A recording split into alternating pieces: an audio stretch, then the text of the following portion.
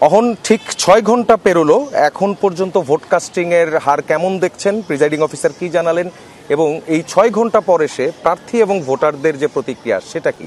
প্রার্থী এবং ভোটাররা আমরা দেখছি প্রার্থীরাও যেমন পাল্টাপাল্টি অভিযোগ করছিলেন, সেই হিসেবে অভিযোগের মধ্যেও ভোটার যারা আছেন তারাও অনেকটা অংশ নিয়েছেন। এবং বিশেষ করে কিছুক্ষণ আগে আমি যে কেন্দ্রটিতে রয়েছি, এটি মূলত রোকেয়া হলের প্রায় ৫,০০০-এরও বেশি শিক্ষার্থী এই কেন্দ্রে ভোট দেবেন, অর্থাৎ এটি নারী কেন্দ্র এক প্রকার।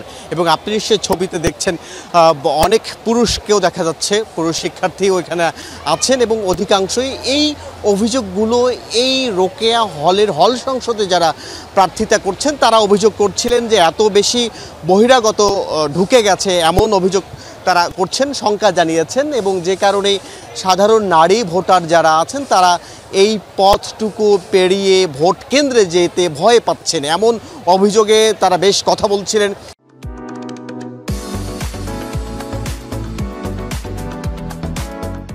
এবং আমরা দেখেছি এইখানে ছাত্র দলের যারা প্রার্থী আছেন তারাও এখানে এসেছিলেন এবং তারাও একই কথা বলছিলেন। তাদের অভিযোগ ছিল ভেতরে শিবিরের যে প্রার্থী আছেন তারা তাদের যেসব প্ল্যাকার্ড কিংবা যেসব বিষয়গুলো ভোটের প্রচারণার জন্য ব্যবহার করা হয় এমন নানান কিছুই তারা ভেতরে হয়তো ব্যবহার করছেন কিংবা দেখেছেন। তারা এমনটি জানিয়েছেন প্রিজাইডিং অফিসারকে।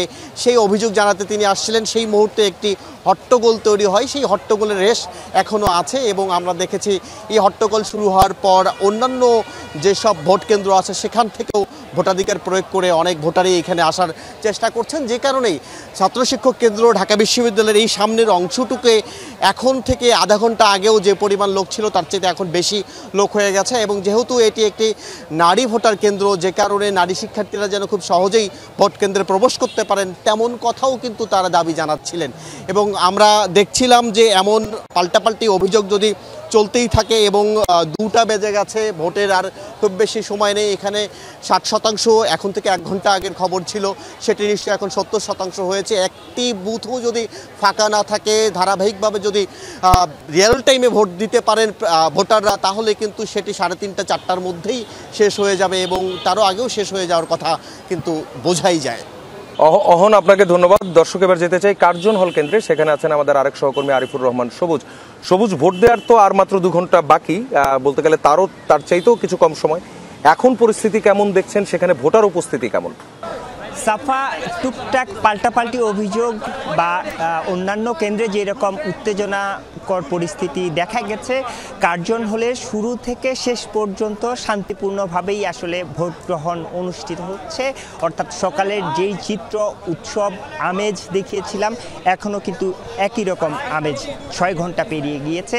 এর মধ্যেই বেশিরভাগ আমরা দেখেছি আবাসিক যারা ভোটার বা আবাসিক হলের যারা শিক্ষার্থী তাদের বেশিরভাগই ভোট দিয়ে ফেলেছেন। মূলত অনাবাসিক যারা শিক্ষার্থী দূর দূরান্ত থেকে এখনও আসছেন তারা মূলত এখন লাইনে দাঁড়িয়েছেন।